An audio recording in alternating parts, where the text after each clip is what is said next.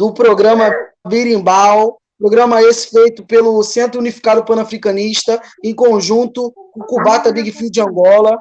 E é isso aí, hoje a gente vai falar sobre capoeira, política e a origem da capoeira em Santa Amaro da Purificação. Vamos hoje conversar com o mestre Sidney, que vai estar trazendo a sua contribuição aí, um pouco sobre a história da capoeira em Santa Amaro da Purificação, essa cidade que eu tenho a honra de viver lá, de morar lá. Sou da Baixada Fluminense, mas vivo lá atualmente, já tem 3 anos, e tenho a honra de morar naquela cidade, onde nasceu muitas coisas muito importantes para o povo negro no Brasil, no sentido de luta e no sentido de resistência cultural também, né? Que está tudo vinculado, está tudo junto. Então, hoje a gente vai aí conversar um pouco com o mestre Sidney sobre essas questões, e aí, é isso aí, já passa a bola para o mestre Sidney para ele fazer a sua apresentação, para falar um pouco quem ele é, e aí a gente já começa a conversar. A dinâmica do nosso programa, todas as pessoas que nos acompanham sabem como é que é. O nosso intuito é fazer um debate cíclico, um debate circular, né, onde as pessoas possam comentar e perguntar ao mesmo tempo, na boa. É isso aí, vamos que vamos. Mestre Sidney, a palavra está com você. Boa noite. É um prazer estar aqui com vocês, né? Pessoal jovem aí, conversando sobre cultura, conversando sobre capoeira.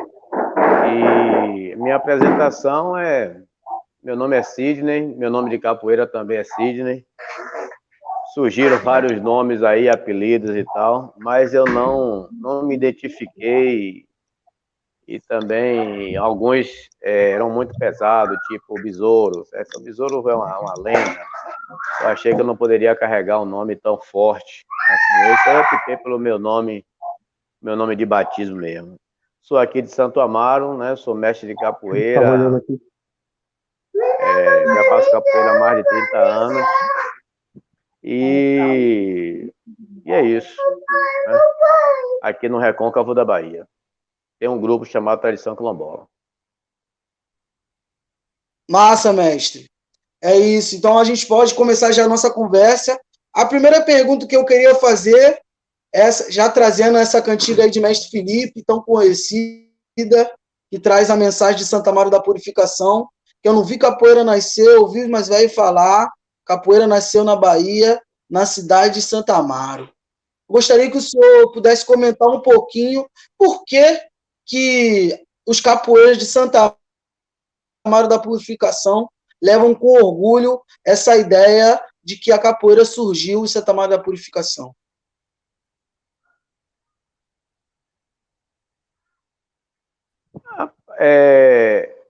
A capoeira, no meu entendimento, ela nasce em Santa Amaro da Purificação até por conta de vários elementos que vêm contribuindo para que isso seja comprovado. A gente não tem documento, a gente não tem testemunho, porque até as pessoas já não existem mais, né, daquela época. A gente compreende a capoeira do ano de 1600, né, por volta do ano de 1600, quando os negros africanos escravizados chegaram aqui no Brasil. Então, a quantidade de negros que nós tínhamos aqui, né, tínhamos e temos aqui no Recôncavo da Bahia, entre Santa Amaro, Cachoeira, São Félix, Jacuípe, Rio Fundo, essa região toda aqui, Terra Nova, Amélia Rodrigues, é uma quantidade importante. E também a produção de cana-de-açúcar, né, que foi também o grande centro dessa produção de industrial. O primeiro foi nos engenhos, depois nas usinas, né? E a quantidade de negros que nós tínhamos aqui nos leva a crer que aqui foi o grande centro de resistência, de produção e também de resistência. E a gente não tem histórias tão antigas com relação à capoeira, histórias tão antigas com relação à capoeira como nós temos em Santa Amaro.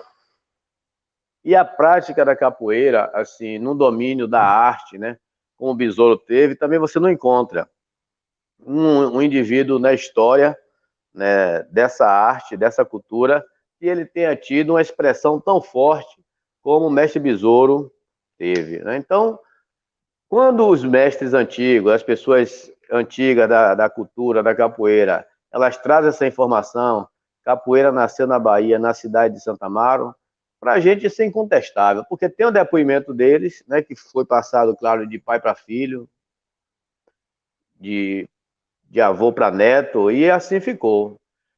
É como eu disse, não se tem prova documental de nada, o que se tem é uma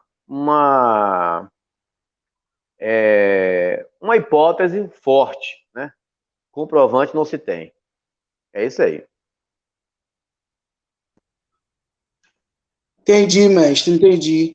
É isso aí, eu concordo plenamente com o senhor que o fato de uma pessoa como o mestre Felipe, um dos mestres, se não, na verdade, o mestre mais velho, se não me engano, né? No Um dos contexto de Santa mais Mara velhos do Brasil atualmente, hoje. canta do Brasil, olha, então, uma pessoa de tamanha sabedoria e respeitabilidade na comunidade negra e entre os capoeiras especificamente, fala que seu mais velho falou que a capoeira nasceu em Santa Amaro, isso também, para mim, na minha opinião, é incontestável. E até hoje mesmo, quando você tem uma tradição, né, de oralitura, onde as informações, o saber é passado pela voz, essa comunidade é muito mais comprometida com a verdade do que comunidades que só resistem ao seu passado numa escritura, certo? Então eu acredito muito nisso na comunidade de maneira geral, negra, mas especificamente em Santa Amaro em relação à capoeira, porque é isso, não tem nada que possa estar escrito num livro vai ser mais verdade do que a palavra de Mestre Felipe, entendeu? Na minha opinião também, então concordo muito com o senhor. A outra pergunta que eu queria fazer para o senhor é que, já que você falou aí de Mestre Besouro, é muito interessante a gente trazer, falar de Mestre Besouro no contexto da capoeira de Santa Amaro, né? E aí a gente tem aquele filme que foi feito, e aí muitos capoeiristas criticam aquele filme, as coisas que foram colocadas naquele filme, algumas inverdades, outros exageros, ou coisas que não foram mostradas, e tudo mais, tudo menos, mas, querendo ou não, aquele filme também, ele foi um responsável por generalizar também a imagem e a força, a figura e a representação de Besouro, de maneira geral, também pelo Brasil, né? E aí, nesse sentido, naquele filme, mostra que o mestre de Mestre Besouro, ele era um sacerdote, e além dele ser um sacerdote, um mestre de capoeira, ele organizava as pessoas, os capoeiristas, contra o sistema que estava colocado. E aí eu gostaria que você comentasse um pouco sobre isso no contexto de Santa Amaro, como é mostrado naquele filme, as suas ideias sobre essa contexto da resistência direta à escravidão, à questão ali do trabalho, no canavial e tudo mais, é isso. Então, como você falou, né, o mestre Besouro tinha como mestre o mestre Alípio, né? Que era uma pessoa antiga, né, um ex-escravizado, né? Não tinha como, porque a história do mestre Besouro, ela começa praticamente em 1918, por aí, em 1917, né? Ele morre com 25 anos, ele morre em 1924, e o mestre Besouro, ele nasce entre o ano de 1895 e o ano de 1900, né? Então, provavelmente, ele viveu mais ou menos 25 anos. E a história do mestre Besouro, contada pelo filme, inclusive nós fizemos, né, um protesto aqui em Santa Amaro e um protesto em Salvador, lá no cinema, no Cine Iguatemi, né, na época era Cine Iguatemi, porque a gente discordava da maneira como a Mixa e a Globo tratou a família do mestre Besouro, né? Não deu nenhum tipo de contrapartida para a família, e levando em consideração que só a família foi que fez aparecer, né, o indivíduo Manuel Henrique Pereira, né, que esse é o nome de batismo do mestre Besouro. E aí, com essa presença da família, né, que transforma a lenda, o mito em gente, em homem, né, os produtores do filme não deram nenhum tipo de contrapartida para essa família, né, que inclusive a irmã do mestre Besouro foi Dona Dó, que foi minha professora. E o filme, além disso, e os produtores do filme, além disso, distorce totalmente, né, assim, de forma desrespeitosa, digo melhor, desrespeitosa, usa imagens religiosas, né, dos orixás de uma forma que não é a prática do povo de santo, né? Coloca como o besouro voou, né? O besouro voou Até em que ponto, o que verdadeiramente aconteceu naquela época, né? A gente sabe que existia o trabalho com o livro de São Cipriano, que Besouro tinha o livro de São Cipriano, um livro de magia, né? Tinha as favas da Índia, tinha um patuá dele e tal. Mas o que a gente percebeu no filme foi que colocou-se um certo exagero, né? Como se fosse um filme japonês de luta, né? E fugindo totalmente daquilo que a gente entende que foi o papel histórico do mestre Besouro na vida do povo de Santa Amaro, na vida do povo do Recôncavo, porque Besouro não ficou só em Santa Amaro, né? Besouro tem suas histórias também ali em Rio Fundo, na ilha de Cajaíba, em outros lugares. Então, o papel de Besouro nessa história era de uma pessoa que se preocupava com o outro, era um justiceiro, ele não era um baderneiro, ele não era um bandido, né? Ele era uma pessoa que se incomodava com a forma como o sistema tratava o povo negro, né? Como o sistema tratava as pessoas que tinham acabado de sair do processo de escravidão oficial, porque a escravidão oficiosa ela continuou, todo mundo sabe disso até pouco tempo, né? E ainda hoje a gente sente, né, as pancadas aí do preconceito e da discriminação racial.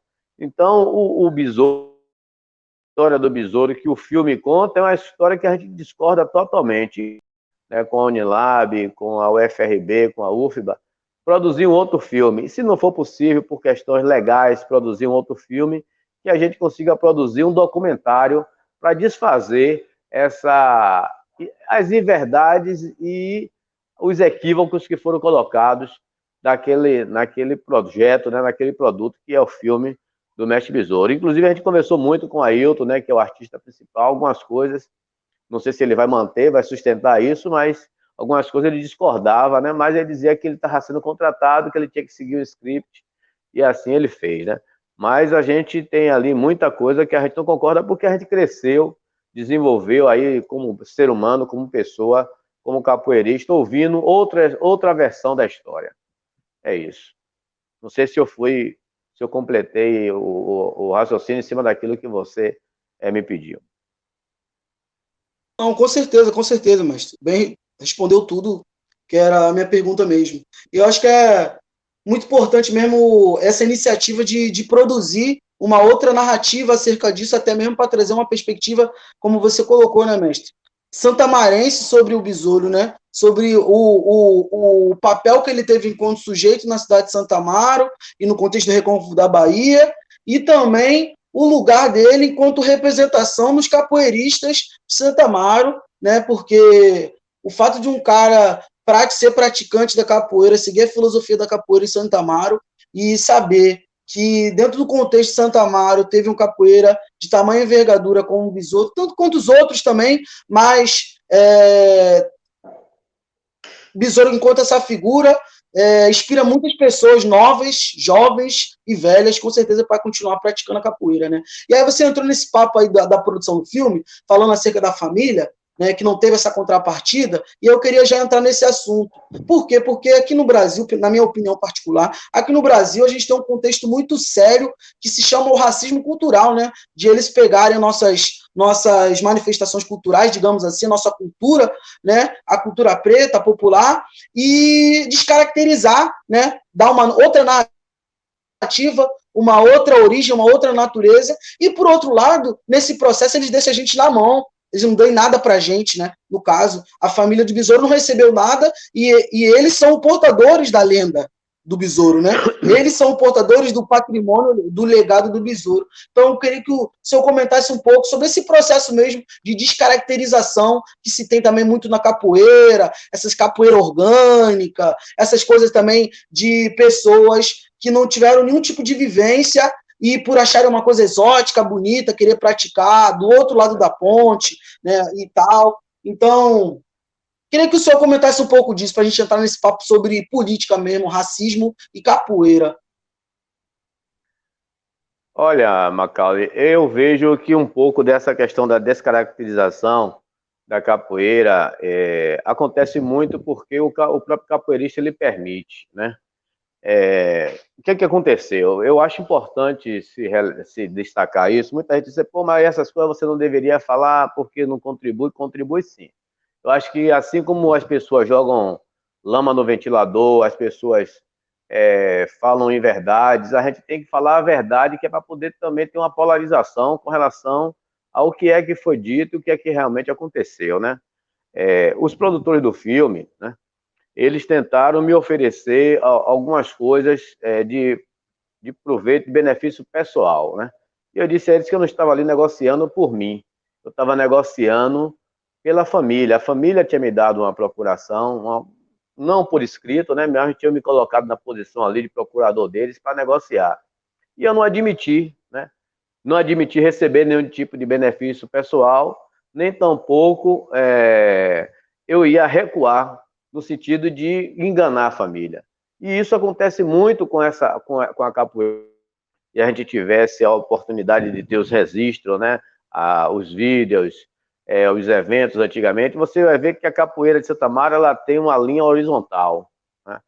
Índio jogou desse jeito, João jogou desse jeito, Carcará jogou do mesmo jeito. Então, existe um tipo de capoeira nossa que, depois de algum tempo, o mestre Bimba levou para a capoeira regional. Então, a capoeira Santa Mara ela tem uma característica de luta mesmo, né? De luta, né? De corpo em pé, de martelo. Quando você está jogando ou dançando, ele funciona de forma teatral. Mas se você tiver que usar ela como defesa pessoal, ela é eficiente, né?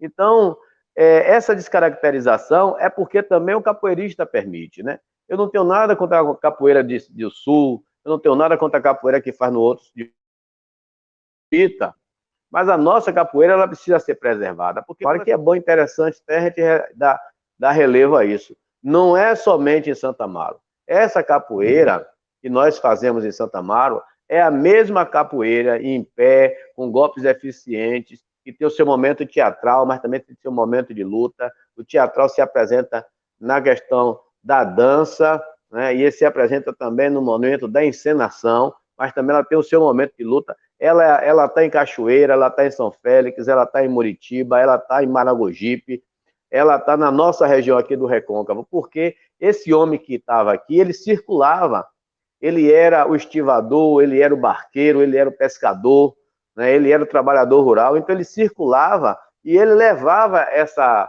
expressão cultural, essa expressão da arte, da defesa pessoal para outros lugares. Então é a mesma coisa. E quando a gente aceita a capoeira do Sul aqui, mais uma vez eu falo, não é uma discriminação com o pessoal do Sul, é um outro tipo de capoeira, a gente está permitindo e a gente que permite essa descaracterização. Então o capoeirista, ele tem que ter essa personalidade e dizer, não, a sua capoeira é bonita, ela pode ser até eficiente, mas a nossa é essa daqui. A nossa cantoria é essa daqui, o nosso jeito de cantar é esse aqui, o nosso jeito de tocar o berimbau é esse aqui. Então, essa preservação tem que partir do cidadão, do capoeirista de Santa Amaro, do Recôncavo, né? Lembrando, mais uma vez, que Santa Amaro não é o único dominante com relação a essa prática cultural, do jeito que é em Santa Amaro, também é nas cidades circunvizinhas. É isso, a gente quando vai olhar para determinada coisa, a gente tem que olhar nesse lance, né, de descaracterizar. Também tem um lance também que é muito caro e que as pessoas não gostam de falar muito sobre isso também, que é o embranquecimento também. Aqui no caso do Sudeste, no Sul, é uma questão muito forte também, né? Em Salvador, em algumas academias também isso é uma questão também, porque e a gente pode olhar os dois lados, né? Do lado das pessoas que estão no lugar de privilégio e que querem acessar aquilo ali como uma prática cultural interessante, saudável. É inegável que a capoeira é uma prática saudável. Um praticante de capoeira que treina com constância, de maneira assídua, ele tem um corpo saudável, certo? Além de valores éticos, morais, né? Sabedoria do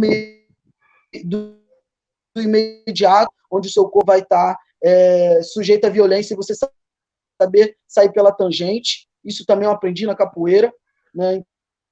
Então, e por outro lado também, né, a gente vê a gente, né, que é a nossa ferramenta de luta, deixar com que a maioria seja de outro lugar, sem preconceito, claro, sem discriminação, mas de a gente ter essa coragem, né, de afirmar que a capoeira é uma expressão cultural que tem cor, sim, porque foi formada em um momento onde você era oprimido, você tomava chibatada, porque você era preto e não era por mais nada, não era porque você era mulher, não era porque você era pobre, não era porque você era nada, era porque você era preto, escravizado, e a capoeira foi desenvolvida nesse contexto também, e foi usada de ferramenta contra esse tipo de opressão, né, contra a exploração do trabalho, e é muito importante a gente pensar nessas questões, né? Então, por exemplo, sobre esse momento que a gente está vivendo hoje em dia, de uma polarização política muito forte, dos conservadores conseguindo voz aí em vários lugares, com esse presidente aí que a gente não quero nem falar o nome dele para não gerar, né? Como é que diz? Na internet tem essa coisa, quando tu fala o nome da pessoa, mais gente que gosta dele vai vir ver, entendeu? Para nem gerar isso, nem vou citar o nome desse infeliz, mas digamos assim, a polarização que esse cara tem mostrado aí no Brasil, os conservadores, pessoas que odeiam pretos, odeiam a cultura preta e não tem vergonha de falar que odeiam. O que você acha que é o papel da capoeira nesse contexto político que a gente está vivendo hoje em dia? Em Santa Mar especificamente, mas no Brasil de maneira geral, para os pretos de maneira geral. Olha, o papel da capoeira, ele sempre existiu, né? Eu tenho um amigo, que inclusive não é preto, ele se chama Peri Falcon, né? A gente está afastado aí há muitos anos, mas ele sempre me disse o seguinte: Sirinei, a capoeira e os partidos de esquerda sempre andaram juntos, a capoeira sempre andou na política. Se você for fazer um apanhado histórico, você vai ver que isso realmente é verdade. Esse meu amigo, inclusive, como eu já falei, o nome dele é Peri Falcon, ele treinou um pouco tempo, mas treinou com o mestre Pastinha. E o papel da capoeira, salvo a situação lá de Manduca da Praia do Rio de Janeiro, né? A capoeira sempre esteve do lado do povo, sempre esteve do lado, vamos dizer, da bandeira vermelha, né? Do socialismo. E eu vejo isso hoje de uma forma mais complicada, por exemplo, porque a ideologia ela está em crise, né? Ela está em crise.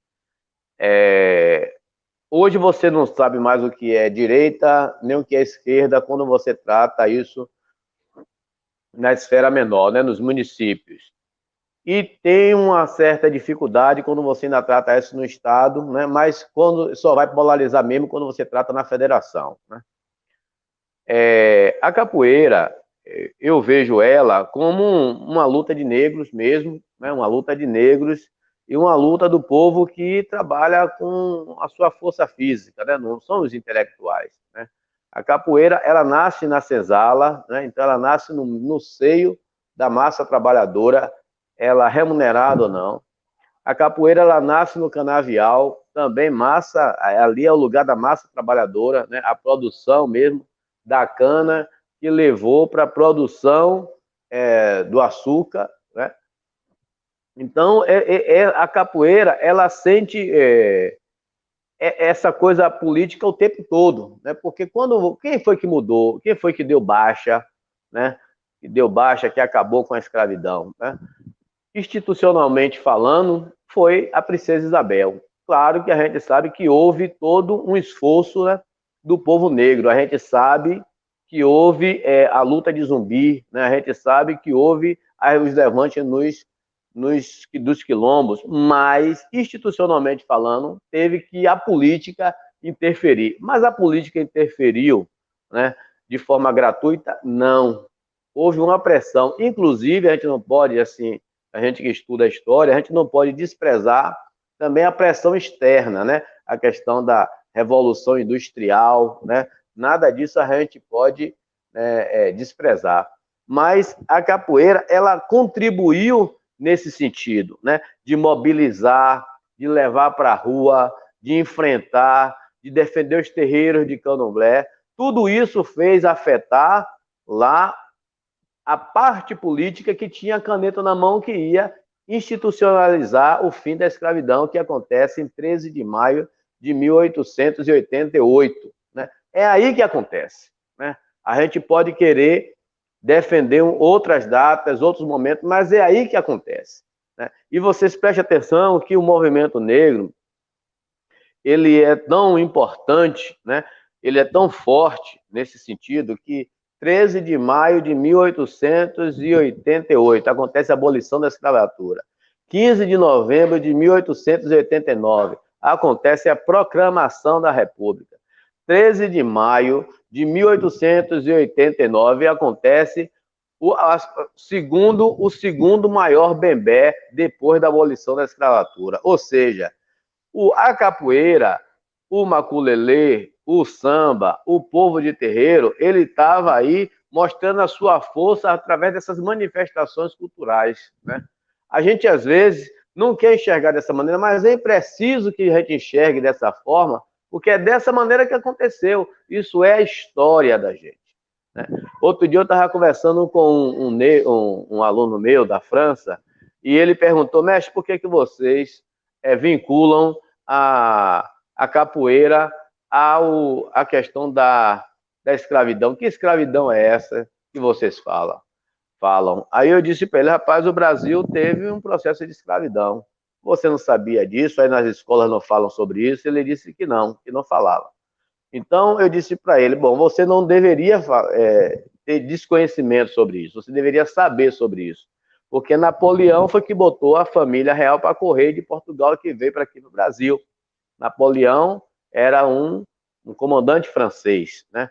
Então lá não acontece isso, mas aqui a capoeira ela tem esse papel, né, de estar revivendo, né, trazendo a memória, né, comemorando, lembrando, né, por que é que foi assim, por que é que está sendo desse jeito, que foi como foi o passado. Então esses elementos a gente não pode desprezar. Tem a sua importância imensa, mas a gente tem que lembrar também que a caneta que assinou a abolição no dia 13 de maio de 1880 ela força popular movida pelas pessoas negras. É isso aí. Não sei se você concorda comigo. Mestre, eu concordo com algumas coisas e outras eu não concordo. Pois não? Mas é isso, vamos aí. Eu acredito que é preciso, como o senhor colocou, a gente reconhecer a nossa agência em qualquer momento da história, né? Nós, comunidade negra, povo negro, em qualquer momento da história, seja ele benéfico ou prejudicial para nós, né? Porque nós sempre tivemos agência em tudo que nos aconteceu também. Então, reconheço da luta do povo negro, que não começou, não se instaurou nem daquela década ali, dos anos 80 do século XIX, nem começou, foi uma luta desde o primeiro momento que um homem africano pisou aqui, até aquele momento ali, e perdurou. Por quê? Aí que entra a minha discordância com o senhor. Que aquela, e que com certeza o senhor concorda comigo nesse ponto que eu vou falar, que é aquela lei foi instituída, mas na verdade ela foi um golpe. Na minha concepção, ela foi um golpe. A gente lutou por aquilo, mas eles deram um golpe na gente por quê? Porque a liberdade que eles tinham nos prometido não foi uma cidadania de primeira categoria, foi uma cidadania de quinta categoria. Na verdade, a gente pode nem chamar de cidadania, porque naquela época a gente não podia entrar na escola, a gente não podia votar, a gente não podia várias coisas. E hoje em dia a gente ainda passa dessas consequências daquele golpe, que, como você falou aí, do 15 de novembro de 1889, foi a declaração da República. E na República eles deram um golpe na gente também. E aí, trazendo para o contexto daqui dos capoeira do Rio de Janeiro, esse fato é um fato interessante. A Liga de Cor, foi uma galera capoeira que se juntou aqui para meter a porrada em republicano.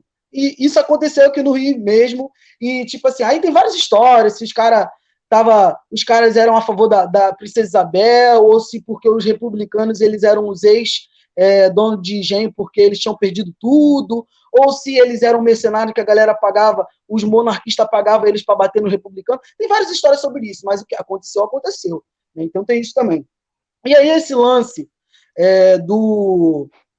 da natureza da capoeira, eu concordo muito com o senhor sobre isso. Não tem como, isso é incontestável. A capoeira sempre esteve, né, no âmbito do popular, do povo, de maneira geral mesmo, onde que o povo estava sofrendo ali, trabalhando no dia a dia, estava ali. Eu acho que é importante a gente ver a cultura dessa maneira, né? Como um sistema de respiração. Aqui é a cultura, alguma coisa engessada, teatral, como o senhor estava falando aí, criticando, e como acho que eu vejo dessa forma particular, não sei se o senhor concorda comigo, mas que eu vejo a minha cultura como o meu sistema respiratório mesmo, de uma coisa que eu me relaciono todos os dias e de maneira respeitosa e que está no meu dia a dia, e é isso aí, todo dia estão ali. Né? Eu penso dessa forma.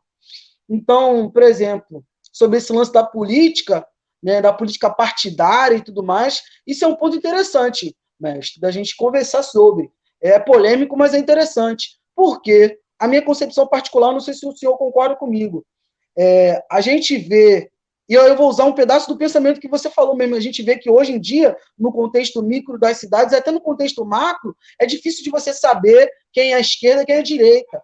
E o pior, na minha concepção, é difícil de você saber, na esquerda e na direita, quem é contra o nosso povo, na verdade. Por quê? Porque por mais que a gente tivesse um governo popular por 12 anos atrás, é inegável que nunca entrou tanto homem negro na cadeia como entrou no governo do PT, por exemplo. Isso as pessoas não falam. Mas foi popular, mas as pessoas não falam sobre isso. Então a esquerda, também nesse país, foi muito racista com a gente, pô. Entendeu? Como a direita. É porque a direita é explícita, né? A direita é o lobo. É aquele que chega e não fala que vai te morder. A esquerda é a raposa, para mim. É aquela que fica se escondendo e no melhor momento vai lá e pum! E você fica sem nada. Então, como é que a gente faz para a capoeira não ser despolitizada? Muito pelo contrário, mas ela se politizar no sentido do povo e não da política partidária, que a gente já vê que é o sistema político que está fadado ao fracasso, ruído, cheio de buraco, de corrupção e todas essas coisas que a gente vê no nosso dia a dia. Como é que a gente faz, mestre?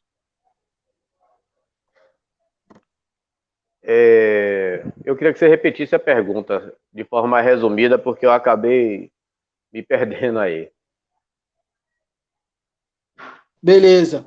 A minha pergunta é exatamente nesse sentido. Como que a gente faz, enquanto capoeiras, para lidar com a política do Estado brasileiro, mas sem se envolver no lobbying, digamos assim, da política institucional partidária que a gente vê que está fadada ao fracasso, porque esse sistema político é cheio de brechas, e são brechas que não são brechas, vamos dizer assim, pontuais, são brechas estruturais que funcionam para prejudicar a gente. Então, como que a gente promove a política sem pensar em partido político no contexto da capoeira? Essa é a minha pergunta. Primeiro que eu não acredito que você possa fazer política sem partido, certo? Isso aí, para mim, não existe. Nem política sem partido, nem política sem dinheiro. Isso aí é delírio, é sonho, não tem como você fazer, né? A política sem um partido e a política sem o dinheiro. Eu acho que a gente precisa criar partidos que sejam ligados mesmo à capoeira, ao povo negro, às manifestações culturais, lideranças que fazem cultura, elas começarem a ter posicionamentos políticos. Né? Isso não é novidade, não. A gente tem aí, né, o mestre Bimba teve ligações políticas, né? Tia Ciata aqui de Santa Amaro, que é a pessoa que levou o samba para o Rio de Janeiro, teve ligações políticas. Como eu falei, Manduca da Praia tinha ligações políticas, porém do lado errado, mas ele tinha ligações políticas. A gente sabe que até hoje a política ela tenta seduzir o capoeirista, porque a história do Brasil, né, é de que o capoeirista ele conseguia mobilizar e aglutinar pessoas no sentido de trazer eleitores, né, trazer pessoas que iriam aderir a causas, a propostas. Né? Na Conjuração Baiana, né, que é também conhecida como a Revolta dos Alfaiates ou Revolta de Búzios, também você tinha capoeiristas. Então, o capoeirista ele sempre esteve próximo da política. E a política não tem como você fazer uma mudança de sistema. Existe até um ou dois partidos aqui no Brasil que eles querem fazer a política dentro do partido, mas não com o objetivo de chegar ao poder. Eu acho que isso é malhar em ferro frio. Né?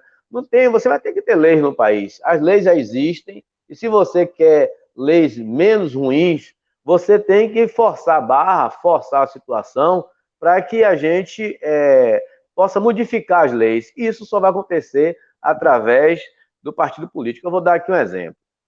Na Alemanha, o que aconteceu, né? A Alemanha teve a Segunda Guerra Mundial e os homens, a maioria dos homens morreram na guerra. Então, se você for dar uma olhada lá na Constituição Federal da Alemanha, você vai ver que ela é muito benéfica, muito favorável para a mulher, né? Ela é mais feita para a mulher do que para o homem. Inclusive, a ocupação dos cargos lá é o oposto daqui. São as mulheres que ocupam os melhores cargos, né? E aí, parabéns para as mulheres de lá. Mas por que isso aconteceu? Isso aconteceu porque as mulheres, depois da guerra, quem reconstruiu o país foram as mulheres. Elas fizeram a nova Constituição, elas que levantaram as casas, elas que fizeram as paredes, foram elas que foram dirigir os caminhões, foram elas que foram dirigir os tratores, foram as mulheres que foram votar, foram eleger os seus representantes. Então, não tem como você fazer uma mudança estrutural, uma mudança profunda, se você não tiver o partido político, porque você tem como balizamento principal da ordem nacional o partido, seja 2 ou seja 3, um que não vai ser, né? 2 ou 3 ou 4 ou 10, mas você vai ter que ter a representação partidária. E para você ter a mudança da Constituição, das leis daquele país, você vai ter que ter o representante, o parlamentar. E o fiscal dessa lei vai ser o judiciário. Então, a gente precisa produzir mais pessoas capazes e competentes. E isso se faz através da educação. Aí, eu vou e digo essa questão do capoeirista precisa estudar, ele precisa adentrar a universidade, ele precisa ler, ele precisa entender, ele precisa prestar concurso público até enquanto ainda tiver, ele precisa disputar campanha política, ele precisa ocupar os espaços, porque ficar do lado de fora só levantando bandeira e gritando não vai resolver nada, como até agora não resolveu, né? Ou resolveu muito pouco. Você colocou aí uma questão importante, se é para falar, vamos falar a verdade, nessa questão de que no governo do PT muitos negros foram para a cadeia, né? Foi o maior período que isso aconteceu. Eu também fiquei muito desconfortável com o PT no poder, porque eu ajudei muito o PT chegar no poder. Eu esperei pela reforma trabalhista, eu esperei pela reforma tributária, eu esperei pela reforma política, eu esperei pela reforma previdenciária, eu esperei por várias reformas que não aconteceram. E se tivesse acontecido, o golpe que foi dado em Dilma, ele teria uma resposta diferente, porque a população iria se posicionar, né? Mesmo assim, a gente já está vendo aí um reflexo de tudo isso que aconteceu no passado recente, né? A gente vai tomar como exemplo lá os Estados Unidos. O que é que está acontecendo nos Estados Unidos, né? O Trump ele levou só 4 anos. Bolsonaro vai ser provavelmente a mesma coisa. Provavelmente vai acontecer a mesma coisa. A esquerda, vamos chamar de extrema esquerda do Brasil, que foi o PT junto com o PCdoB, ficou 10 anos. 8 anos de Lula, 2 anos, não é isso? Se eu não estiver enganado? 2 anos de Dilma, né? E aí, o que é que a gente tem? 10 anos contra 4 anos. A extrema-direita, porque por mais que o pessoal bolsonarista diga que ele não é direita, que ele não é extrema, ele é extrema-direita, sim. Só que ele não era o candidato da direita e acabou ele indo por acidente, mas foi. E ele é o cara da direita, ele não é esquerda. Isso aí a gente tem certeza, tem convicção disso. Então, voltando à questão da capoeira, não só a capoeira, mas todo o movimento social organizado, ele precisa participar da política dentro do partido. E se o partido ele não é satisfatório, ele não é o ideal, vamos criar um outro partido ou outros partidos. E voltando lá um pouco, só para finalizar aqui, para não deixar também um mal entendido com relação ao que você falou, do ponto de vista da abolição da escravatura, eu falei ali uma base, né? Porque se a gente for discutir o período de 1600 ou de 1446, quando começa esse processo da diáspora aqui para a América e para a Europa, você vai ter muitas outras informações. Então, eu sinalizei ali, eu pincelei, né? A gente teria que falar de muitas outras coisas que aconteceram, né? Sem negar os fatos. Bom, é isso aí. Então, mestre, obrigado aí pelas considerações. Macau acabou de ter uma leve queda. Eu vou aqui assumindo, tocando barco, enquanto ele e o Will conseguem voltar. Agradeço o senhor pelas respostas aí. Eu estou falando aqui no privado com o Macau, enquanto ele está acompanhando, tentando reconectar. Em cima do que o senhor falou, eu gostaria de ler a pergunta aqui do Baobá, em relação ao que o senhor vem transitando até aqui. Boa noite, comunidade. Saudações, mestre. Como se dá esse processo político pré-republicano? Era parecido com o que ocorria na então capital do Rio de Janeiro? Se o processo pré-republicano foi semelhante, né? Serve de analogia com o que aconteceu aqui no Rio de Janeiro, na capital. Baobá, um abraço aí, eu vi sua mensagem, mas eu esperei que o pessoal da coordenação aí levantasse a pergunta. Veja só, o que eu vejo do processo pré-republicano e o que eu vejo do processo da monarquia no Brasil, que ele é o pré-republicano, né? E também falando já aqui sobre o republicano, para mim, rapaz, tudo se resume. Às vezes as pessoas procuram respostas complicadas. E para mim é tudo muito simples. No mundo, quem manda é quem tem dinheiro. Por que quem manda é quem tem dinheiro? Porque quem não tem dinheiro não conseguiu ainda entender isso e não se organizar para poder enfrentar isso. Quem manda no mundo, quem manda no Brasil, são 2 ou 3 pessoas, né? No mundo também não é diferente. Mas por que isso acontece? Porque as pessoas se deixam seduzir, se deixam corromper, né? Não se prende a questões, às vezes, religiosas e não enfrentam a vida como ela tem que ser enfrentada, né? Eu acho que a gente precisaria, né, como eu já falei, defender mais a bandeira do estudo, da compreensão, né? Quando a gente está trabalhando essa questão da pré-república, né, a gente vai ver o quê? Né? Que nós tivemos diversas revoltas aqui na Bahia, né? E nós tivemos também revoltas no Brasil inteiro, né? Aqui vou citar da Bahia, né? A revolta de Canudos. Quando os caras foram para cima de Canudos, foram o quê? Disseram que eles eram defensores da monarquia, que eles eram antirrepublicanos. Quando a gente vai para a questão da revolta de Búzios, que já é um outro período que é antes da República, né? O que é que acontece? São as pessoas que controlavam e que depois eles vieram, né, a assumir com uma outra roupagem. Na verdade, eles foram assumindo uma outra roupagem, porque quando a gente fala dessa questão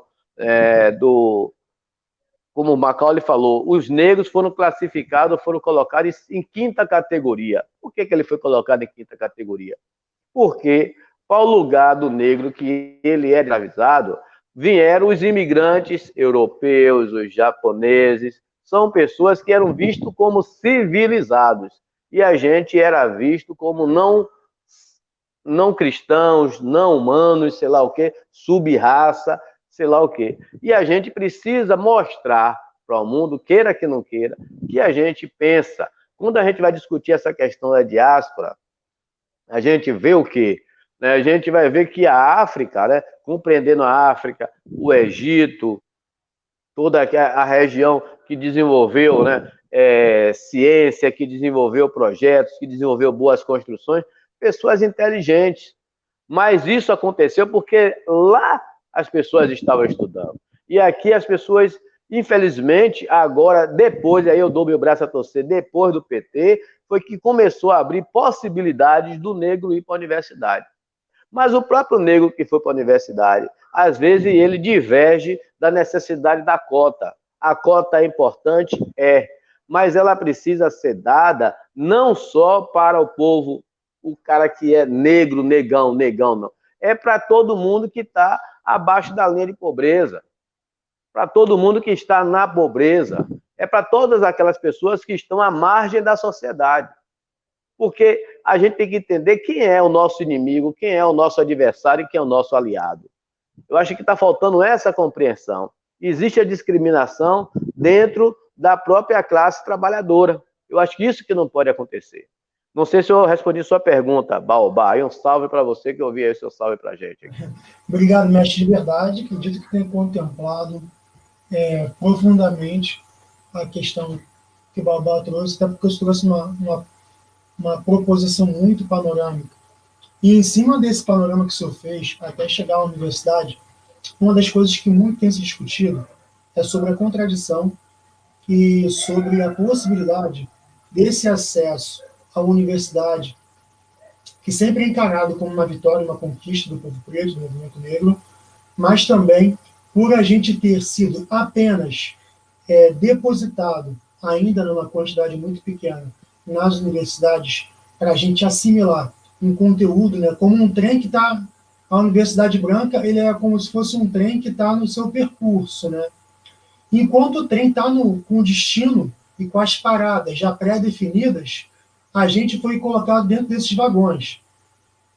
Eu queria perguntar para o senhor em que medida a maneira como nós, pretos e pretas, somos inseridos na Universidade Branca pode, ao invés de contribuir para a continuidade ou para a ampliação dos nossos conhecimentos, para que a gente reproduza, sem perceber, uma espécie de colonização entre as nossas, como uma tentativa de embranquecer a capoeira, seja pela capoeira orgânica, como a Cal citou no começo, e que o senhor também pontuou, seja por outras formas de descaracterização.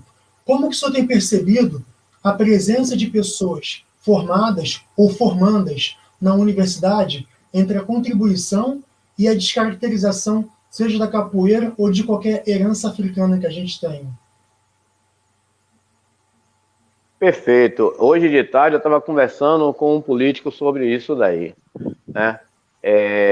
Eu acho que o que precisa ter é coragem. O que está faltando talvez seja a coragem. Eu estudei numa escola chamada Instituto Cajamar, eu acredito que vocês nunca ouviram nem falar, né? É uma escola que foi criada por Paulo Freire em São Paulo, na estrada que liga Cajamar a Jundiaí, né? Uma escola do movimento, né? Um movimento sindical, né? Os movimentos sociais, ela não existe mais. E ela tinha os seus professores da USP e da Unicamp. E aí é que está a questão. Eu tenho um amigo, né, que ele tá fazendo doutorado na USP. E eu disse para ele, velho, eu acho que você precisa, e ele é ligado ao movimento popular, você precisa pegar esse seu conhecimento e oferecer e ajudar as pessoas da sua comunidade. Ele disse, mas eu não quero aparecer, eu não posso aparecer, eu acho que isso não é interessante. Eu digo, porra, então para que você está lá dentro? Não estou entendendo o que você está fazendo dentro da USP. E se você não pode ser um multiplicador, se você não pode pegar esse conhecimento que você tem para contribuir para o seu povo, para a sua comunidade, então eu acho que você está gastando o dinheiro da gente sem ter essa necessidade. Ele perguntou, como assim? Porque vocês precisam entender uma coisa. Quando você está numa universidade pública e você não está pagando a mensalidade, você está sendo sustentado ali pelo povo que vai querer de você e tem o direito de cobrar isso de você, a contrapartida é você trazer benefícios a partir do seu conhecimento para essa população. Então, o que está faltando é coragem. A gente está tendo aí agora, eu não posso deixar de falar e repetir, a questão dos Estados Unidos, né? Os Estados Unidos, mudando de poder agora, né, republicanos e democratas, você vai ter o quê? Você vai ter uma mudança profunda no Brasil, porque nenhum empresário ele vai querer um governo à frente do Brasil que seja contrário às ideias do próximo presidente dos Estados Unidos. Mas, no entanto, o povo negro ele vai para dentro da universidade, mas ele não tem a coragem de interferir no sistema. Ele acaba ficando com medo, ele acaba olhando para o próprio umbigo. Aí vem a questão do ego, que a gente tanto discute, o ego e o superego. O cara não quer entender que ele está ali, se ele teve a oportunidade de ir para a universidade, ele agora tem que trazer a contribuição dele para a sociedade. E é isso que vai fazer a mudança. Quando você tem a questão, eu não sou contra que o branco jogue capoeira, não. Até porque aqui também teve o karatê, né? O karatê veio para cá, o judô veio para cá, outras lutas vieram para cá, lutas de pessoas não negras, né? E a gente não rejeitou, a gente não rejeitou eles. Por que é que agora a gente vai também aceitar ou vai deixar de ir para os países brancos? Porque é uma oportunidade também de você expandir, de você crescer intelectualmente, financeiramente, para reverter sobre a própria luta. Eu não sei se vocês alcançam isso, mas uma vez na Europa eu vi um muçulmano falar o seguinte: nós vamos ganhar a Europa sem precisar dar um tiro, ocupando espaços. E é isso que eles fazem. É um sendo solidário com o outro, um ajudando o outro, um oportunizando para o outro, e eles vão ganhando espaço.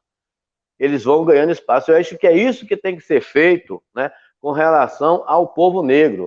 O povo negro que vai para dentro da universidade, ele tem que entender que ele, ao entrar na universidade, ele está entrando em uma escola pública onde ele não está pagando uma mensalidade, e ele tem que pegar aquele conhecimento e transformar em benefício, de forma resumida, o que eu estou querendo dizer, transformar aquilo em benefício para a sociedade. Eu não pago a mensalidade, mas eu vou ajudar a transformar essa sociedade. Muita gente tem consciência disso, mas muita gente também não tem consciência disso, prefere vir com desculpas, dizendo que não quer se expor, que acha que não é o caminho, que pererê, parará, pororó. Não é nada disso aí. Se você aceitou fazer uma universidade pública, você tem que dar contrapartida para a sociedade, porque é ela que está pagando a sua mensalidade dentro da universidade pública.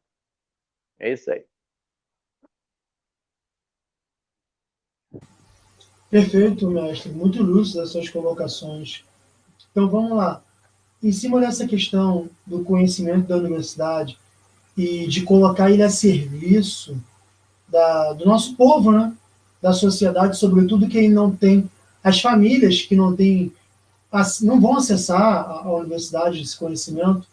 A gente também muito discute, mestre, sobre a questão dos venenos. Enquanto eu vou falando com o senhor, eu vou adicionando aqui o Macau, que ele está voltando, e a gente vai continuando. Macau, a gente está aqui batendo uma bola em relação aos saberes, né, universitários, acadêmicos, e também o conhecimento, os conhecimentos africanos, e no caso do contexto do tema, né, a capoeira. Até que ponto há uma contribuição do indivíduo ou da indivíduo preta que está acessando os saberes acadêmicos que são brancos, na hora de se reinserir em espaços, atividades pretas africanas, como é o caso da capoeira e de outras, né? E o mestre trouxe para a gente um exemplo de uma pessoa preta que poderia colocar à disposição da comunidade seus conhecimentos, e que a reação dela foi de se esquivar, né? E aí, engatando a pergunta para o mestre Sidney, e passando para você também a bola de volta, Macau, eu gostaria de perguntar para o mestre como que a gente consegue distinguir quando esse conhecimento, pelo privilégio de estar na academia, ele é veneno ou ele é, entre aspas, remédio para o nosso povo, né?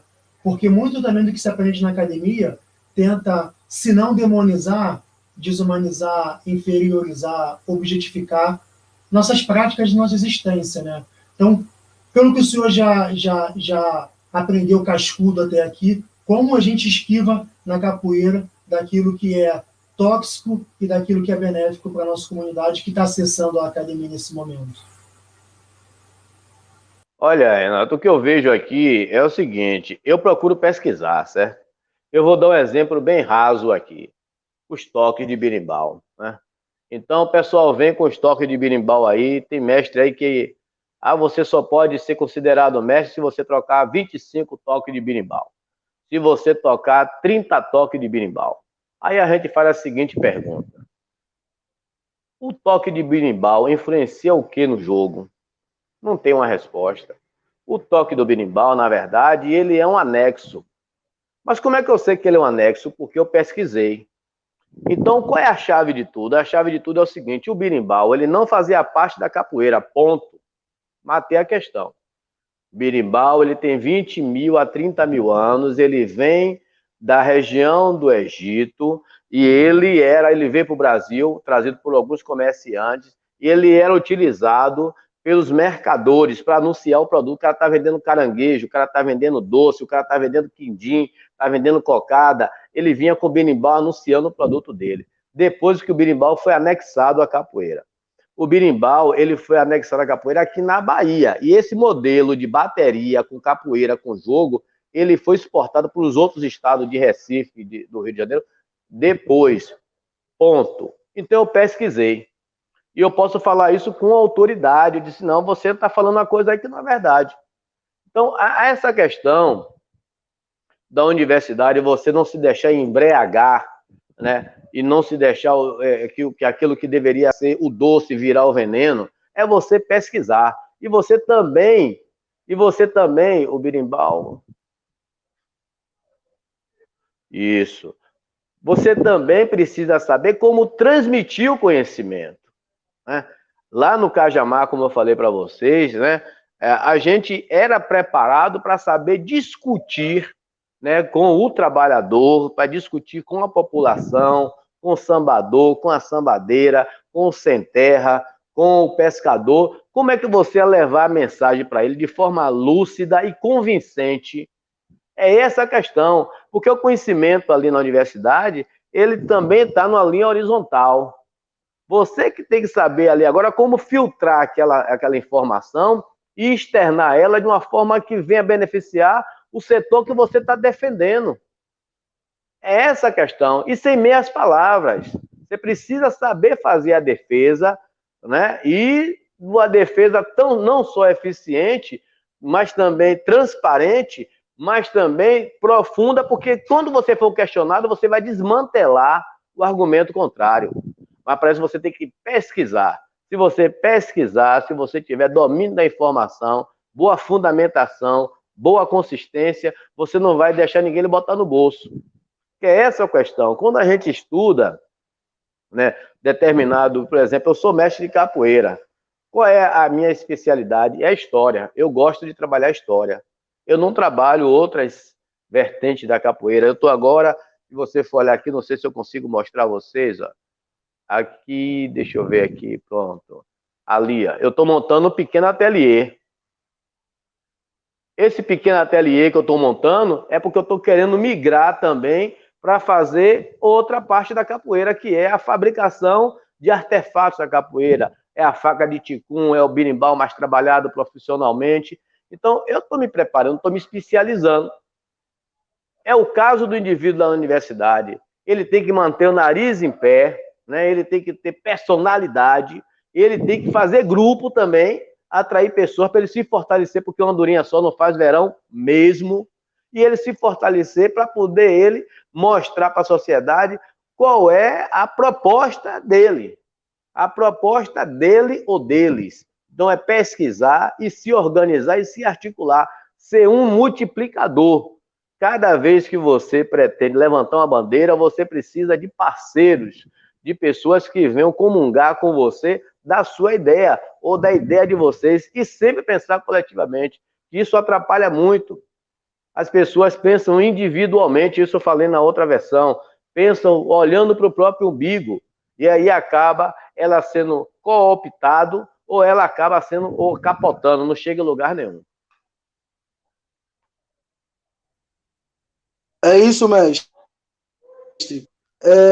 Me desculpa aí, a internet aqui em casa tá muito ruim, acabou caindo.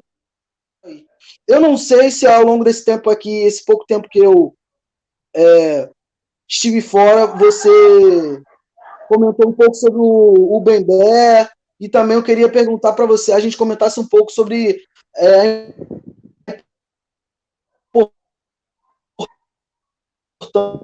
importância do continente africano.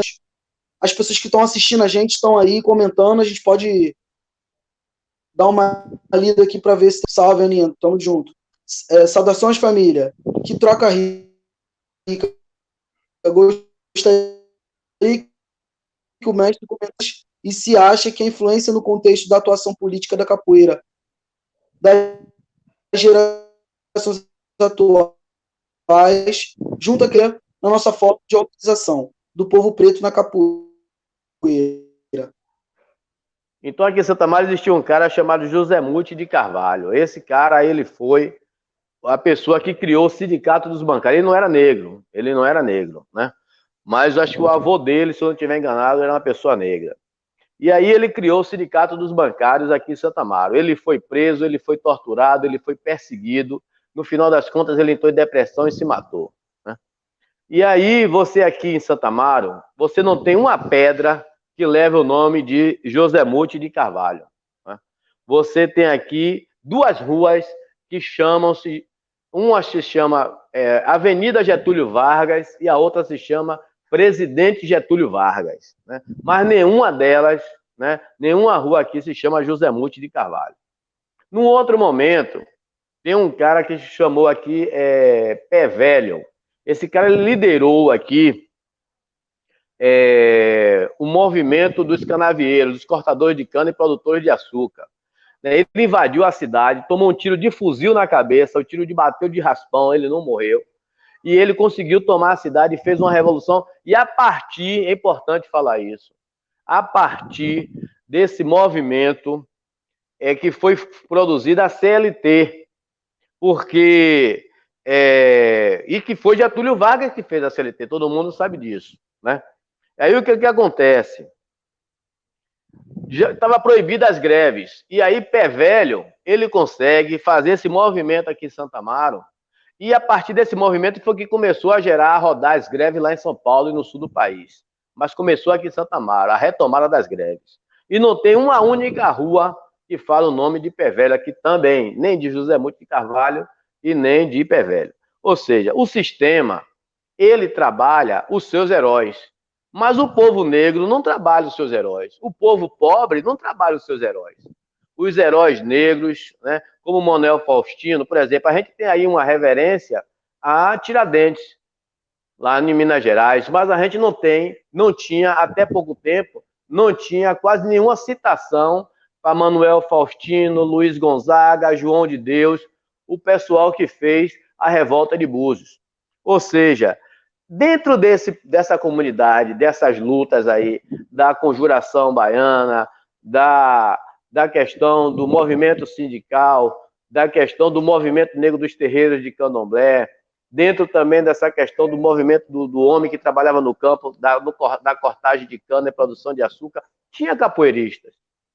A capoeira, ela só toma essa conotação mais expressiva quando saem os capoeiristas daqui do Recôncavo e vai para o Rio de Janeiro, e eles não vão nem como capoeiristas, eles vão como dançarinos, e lá eles começam a apresentar a capoeira como arte. E aí ela ganha todo essa pompa, toda essa grandiosidade. Mas até então, o capoeirista ele estava misturado ali nesses diversos setores, né?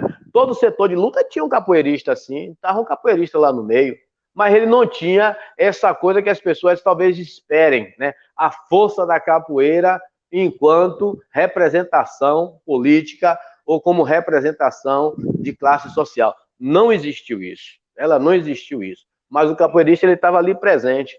É tanto que eu tenho uma coisa que eu digo aqui em Santa Amaro, o seguinte: o menino, ele aprende a capoeira aqui. Se você for fazer até um levantamento histórico aqui, você vai ver que muitos capoeiristas, os antigos, mestre Felipe, mestre Messias e outros, eles não aprenderam praticamente com o mestre, eles aprenderam na lida da rua. Eles aprenderam na rua, na convivência, aprender os golpes. Às vezes o golpe, por isso que o golpe tem vários, 3, 4 nomes. O esporão, outro chama de gancho, o outro já chama de armada atravessada, e aí por aí vai. Por quê? Porque não existia essa figura do mestre. Essa figura do mestre de capoeira também ela é nova.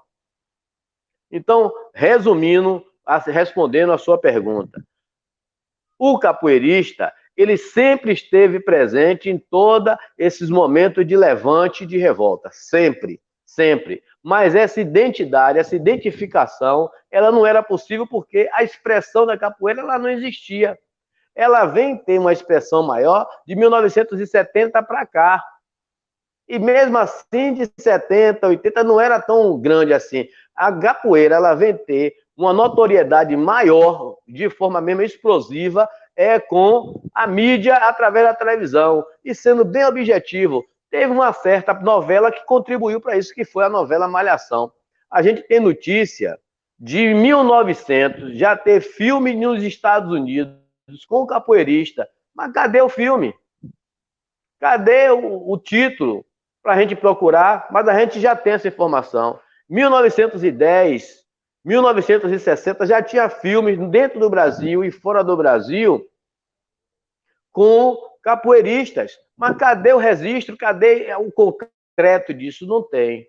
Então, a gente sempre soube que a capoeira existiu, as pessoas sempre souberam, a capoeira sempre esteve fazendo parte desse movimento, e ela não tinha condições de fazer esse enfrentamento com o getulismo, porque ela não tinha essa personalidade que ela tem hoje.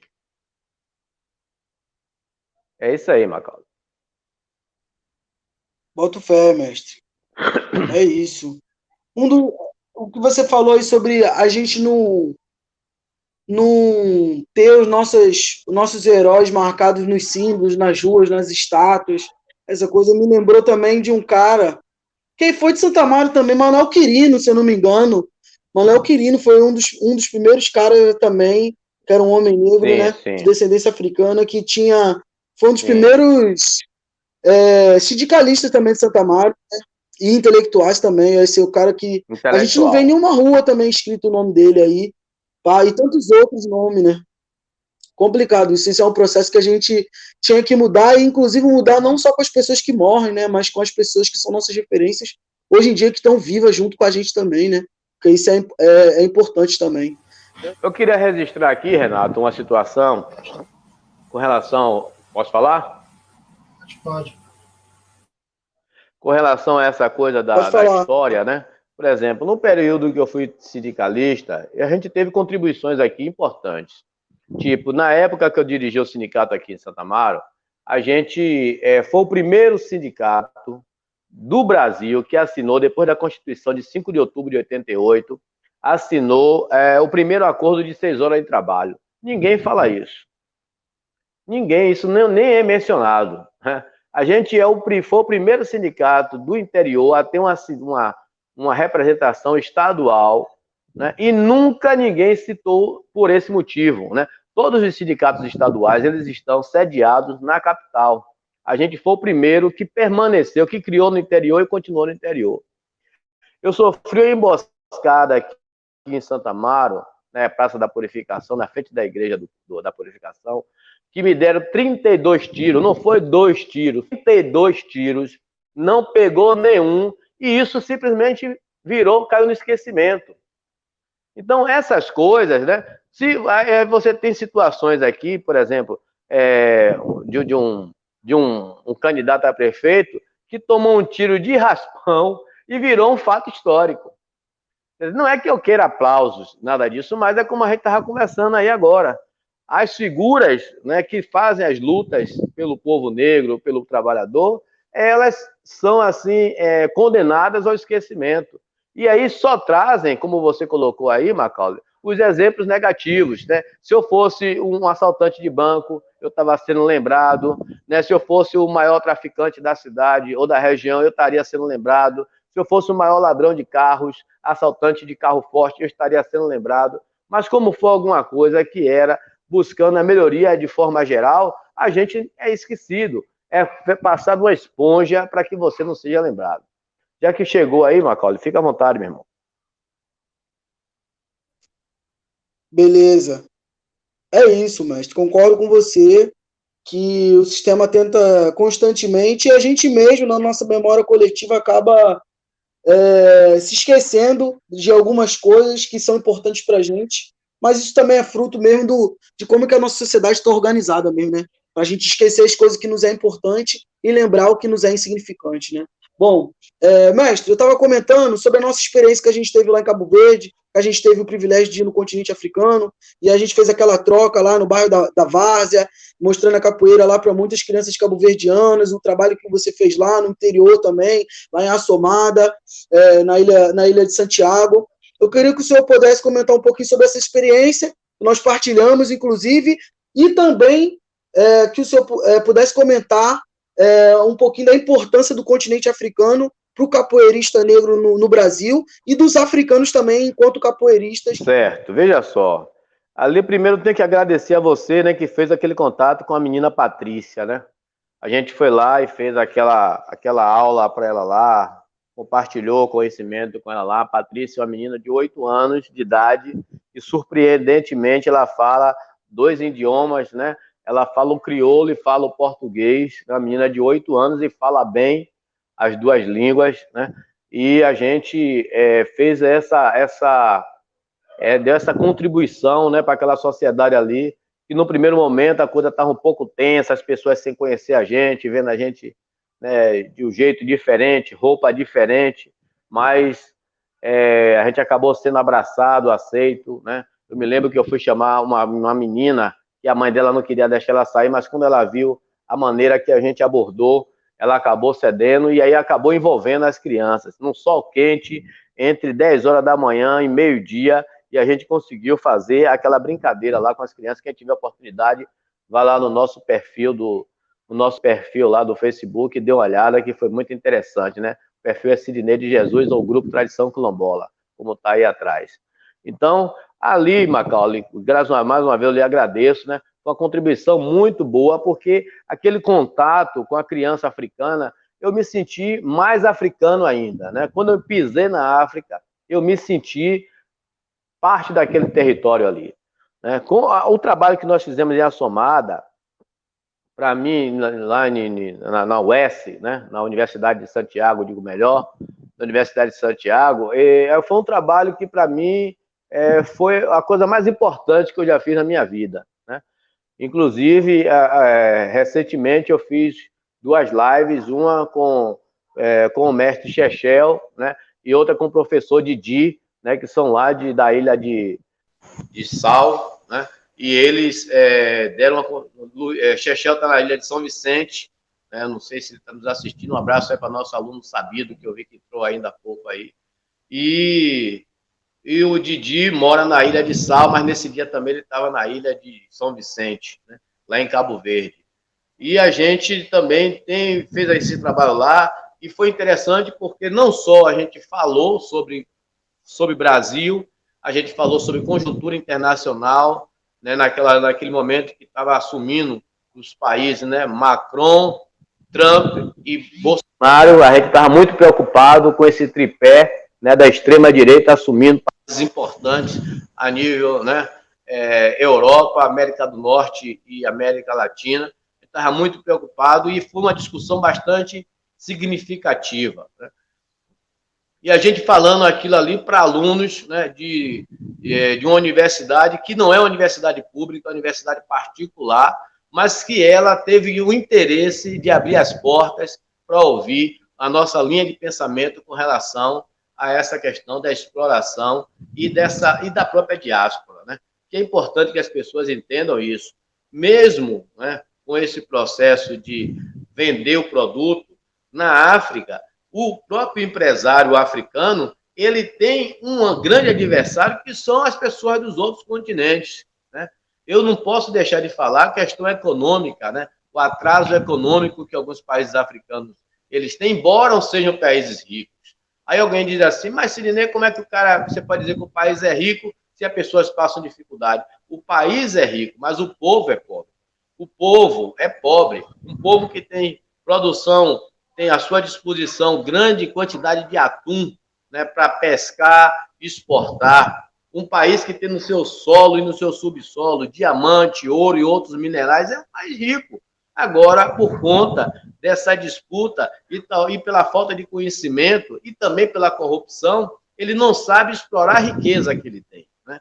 Então, a nossa contribuição ali também foi nesse sentido, de mostrar que o Brasil tem sua dificuldade, mas o que o brasileiro, que é boa parte dos brasileiros, que tem uma grande parcela da sociedade brasileira que é negra, ou seja, oriundo que vem do povo africano, ele conseguiu avançar. Se a gente aqui conseguiu avançar em muitos setores e muitos segmentos, os africanos que estão lá na África também podem. Mas o que é que precisa é educação. E é isso que os colonizadores, principalmente os colonizadores portugueses, fizeram. Eles conseguiram segurar o máximo de tempo, esse processo de educação dentro do processo da colonização.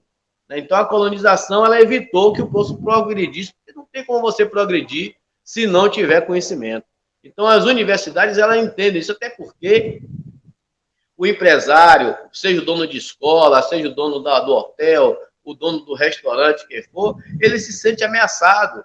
sente ameaçado pelo empresário estrangeiro, capital estrangeiro que está chegando ali e está comprando a terra na mão do africano. O africano ele se vê encurralado, ele se vê sem oportunidade, ele prefere vender o terreno dele, a terra dele, a casa dele e ir para a Europa. Só que aquele empresário que chegou ali, que comprou aquela terra, aquele terreno, aquela casa, ele transforma ali num resort, ele transforma aquilo ali numa padaria de primeiro mundo e aí acaba esmagando o ativo que está ali de forma precária tentando sobreviver. Então, eu acho que a contribuição que nós demos foi, dessa questão cultural, foi muito boa, né? A gente trouxe para eles ali uma luz com relação a uma contribuição que possa fortalecer ele no sentido de vender o pacote do turismo, mas também de mostrar a questão do desenvolvimento social e econômico, mostrando que um país que também tem pessoas negras e que conseguiram superar barreiras.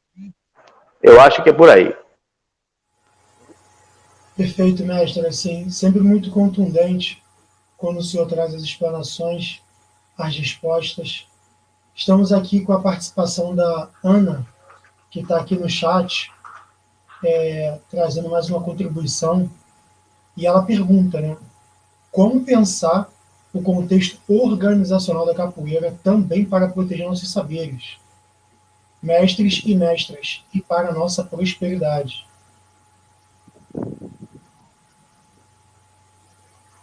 Bom, o que eu vejo dessa questão da organização, primeiro que, como eu já falei, eu sou de organização mesmo, né?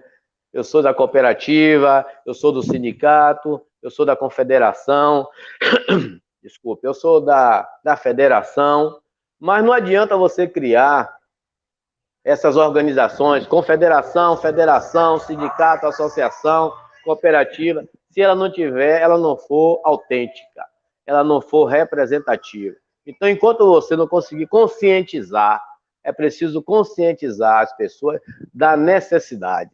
A gente precisa levantar quais são as nossas necessidades enquanto capoeirista.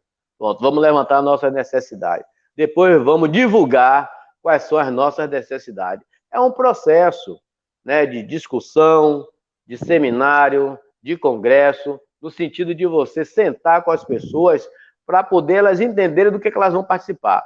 Ao contrário disso, infelizmente, o que acontece é o seguinte: eu durmo, acordo e digo, eu vou criar uma associação.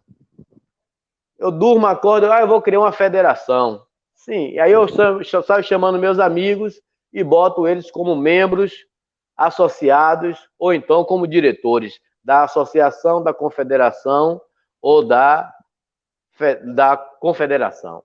Não vai funcionar, porque não tem autenticidade, não é autêntico aquilo ali. Precisa primeiro discutir qual é a nossa realidade, quais são as nossas necessidades, quais são as nossas dificuldades. Essa questão da mulher, por exemplo, eu não acho legal essa divisão que está se propondo, né? Roda só de mulheres. Não, tem que ter a roda de mulheres e homens e crianças e todo mundo se respeitar.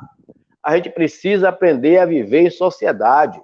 A gente precisa aprender a viver de forma respeitosa, respeitando a limitação do outro. Eu já sou, por exemplo, eu já vou fazer 40 anos. É claro que eu não vou jogar igual o menino de 20. Ele precisa ter essa consciência que se quebrar meu fêmur, se quebrar minha perna, o meu processo de recuperação não vai ser igual ao dele. A minha velocidade não é igual ao dele, então eu tenho limites. Então é preciso que haja uma conscientização nesse lado para que haja convivência. E com relação a projetar, pronto, nós vamos criar uma organização, depois de discutido quais são as nossas necessidades, e a gente vai sentar com diversos setores e vai ouvir as pessoas. É preciso ouvir. Muita gente não quer ouvir. Hoje, a gente, como eu falei no outro tema, é muito ego, é muito superego.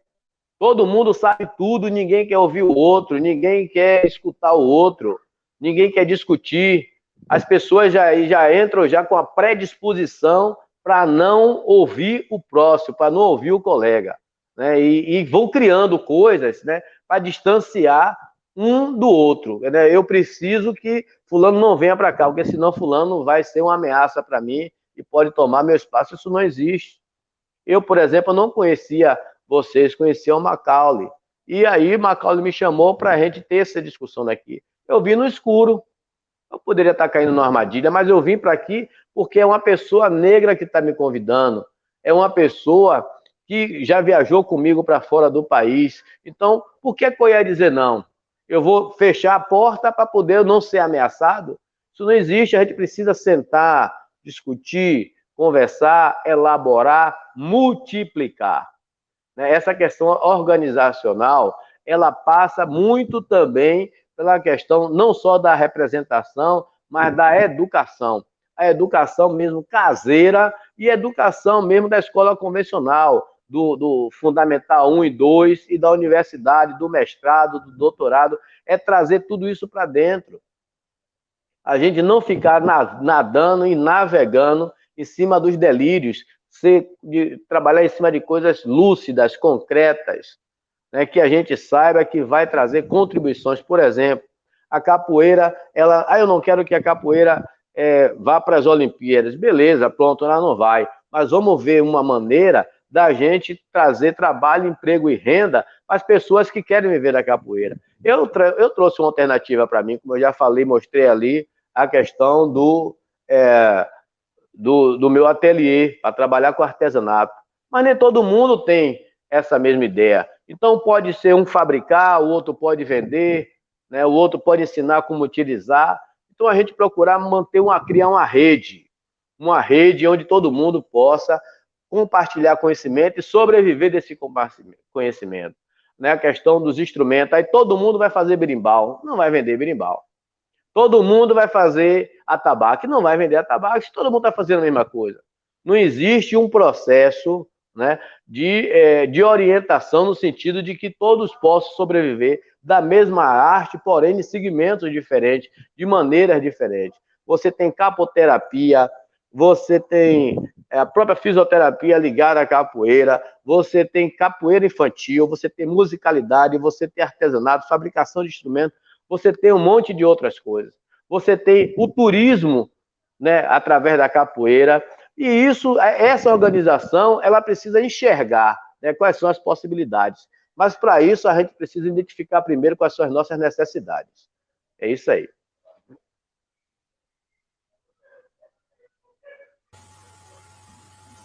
Perfeito, mas perfeito. A sensação é de uma grande vitamina cada vez que o senhor responde alguma questão por todos os pontos que o senhor busca amarrar e deixar bastante enegrecido, né? O senhor falou de 40 anos aí, né? Desculpe perguntar, de idade de capoeira, 40 anos. Eu tenho 50 aí, vou fazer 59 anos. Mais de 30 anos de capoeira. 59 anos de idade. Brabíssimo. E, mestre, quando o senhor olha para as principais reivindicações da capoeira hoje, para as reivindicações da capoeira de 20 anos atrás, e para as reivindicações da capoeira que o senhor já ouvia dizer antes de pôr os pés lá, ou quando botou os pés. O que o senhor notou de mudança, ou o que o senhor notou de estagnação e que precisaria ser mudado? Isso já como uma pergunta, já para ser uma deixa, para a gente já começar a enveredar as considerações finais aqui, para a gente pensar nas proposições, né, daqui em diante. Como que o senhor vê esses momentos, se o senhor vê transformações ou parece que gira e está no mesmo lugar? A capoeira de 20 anos atrás, ela estava, assim, no ponto de vista de crescimento e de reconhecimento, era muito mais. A gente tinha mais eventos, o capoeirista era mais valorizado, ele viajava muito mais, porque a concorrência era melhor. A gente tem que também ser realista com relação a isso. A partir do momento que foi criando mais grupos, mais mestres, foi criando uma concorrência maior, que é natural. Eu só acho que a concorrência não precisa ser selvagem. Desculpe. A diferença entre a capoeira de 20 anos atrás ou a capoeira de hoje, ela não está essa coisa mais difícil, a vida do capoeirista difícil, ela está lá atrás. Há 40 anos atrás, né? Onde não tinha o conhecimento, o reconhecimento, não tinha a segurança, né? Você era preso realmente pela prática, somente pela prática da capoeira. Você era visto como um malandro, e infelizmente é uma realidade. Muita gente que estava dentro da capoeira, por falta de opção, por falta de oportunidade, por não ter estudado, não ter tido o conhecimento, ele às vezes enveredava pelo mundo do crime, né? E ele também era parte da capoeira. É lamentável, mas é infelizmente uma realidade. E ela era muito violenta, né? A gente tem aqui em Santa Amaro, por exemplo, que é a minha base, né, de vida, de vivência, a gente tem aí histórias aí de muitos capoeiristas que morreram, né? Até 20 anos atrás, que morreram por conta dessa coisa de acharem que eles poderiam tudo, né? Existia ainda essa, digamos assim, esse equívoco com relação à prática da capoeira, né? Ele enveredava pelo mundo do crime, ou então ele era brigão, ele era, como falam, brigador, brigão, como seja, e aí acabava tendo esse prejuízo, né? A minha capoeira é a capoeira tradicional. Vou respondendo aqui a pergunta aí que eu não vi também, nem a pessoa que perguntou o nome, mas a minha capoeira na Jazim, acho que é isso. A minha capoeira na Jazim, ela é tradicional. A gente tem uma música que a gente diz o seguinte: não sou Angola nem sou regional, sou capoeira tradicional. A minha linha é de besouro, o mangangá, cordão de ouro.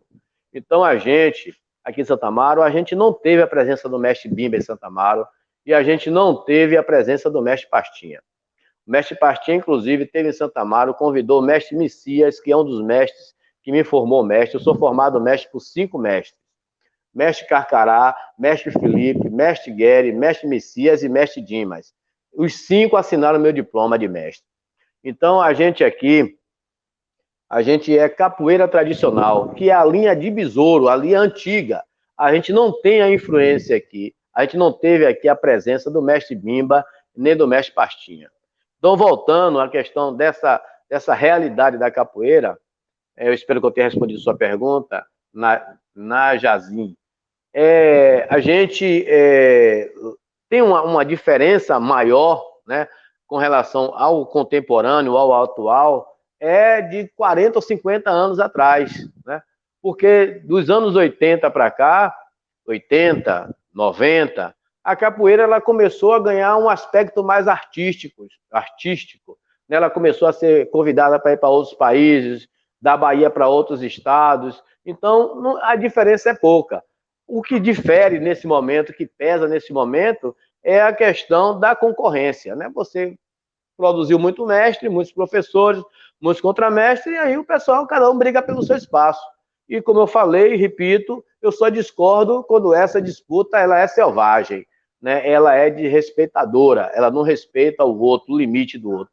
Mas quando ela é uma disputa, uma concorrência natural, né? Respeitosa, eu não vejo nada demais. Isso já era esperado. Perfeitamente, mestre, perfeitamente. Dentro desse panorama político, né, estamos chegando a mais um ano de eleições.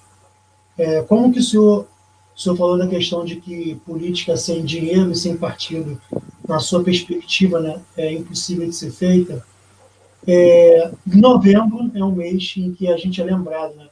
Uma vez no ano lembram da gente para poder a gente participar, seja lá de quais eventos sejam, relacionados à negritude. E, na sua experiência, como os partidos políticos, seja eles quais forem, lembram da capoeira nesse momento para conseguir votos, para conseguirem realizar seus objetivos, suas agendas particulares? O senhor observa que há uma boa vontade, de alguma forma, em conhecer o que o capoeirista pensa para a capoeira, ou geralmente, quando os partidos brancos nos procuram, é quase sempre para querer já trazer alguma coisa pronta para a gente absorver e para absorver a gente? Veja só, eu posso falar sobre partido político com uma certa independência e também autoridade. Até porque eu, no passado recente, eu fui empresário, certo? Eu fui empresário, eu tinha uma transportadora que, por conta de eu não aceitar, né, o domínio do outro, né, eu acabei perdendo tudo, mas perdi com dignidade, certo? Eu tinha uma empresa grande, para vocês terem ideia, eu fui escolhido o melhor do Brasil, eu tenho como comprovar isso, inclusive, no meio de 879 concorrentes, eu fui escolhido o melhor do Brasil. E como empresário.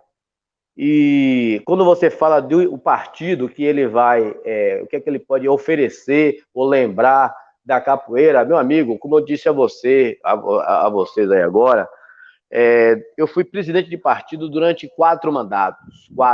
4 mandatos eu fui presidente de partido. Não vou falar o nome do partido, a não ser que você me pergunte. Eu fui presidente de partido 4 mandatos. E partido nenhum, ele pensa na capoeira.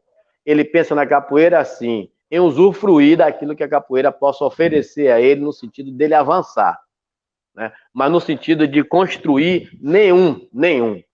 Eu ajudei 2 partidos políticos de esquerda, entendo os motivos dele. A capoeira é um segmento da sociedade, não é a sociedade, é um segmento da sociedade, mas ninguém pensa na capoeira como pensa, por exemplo,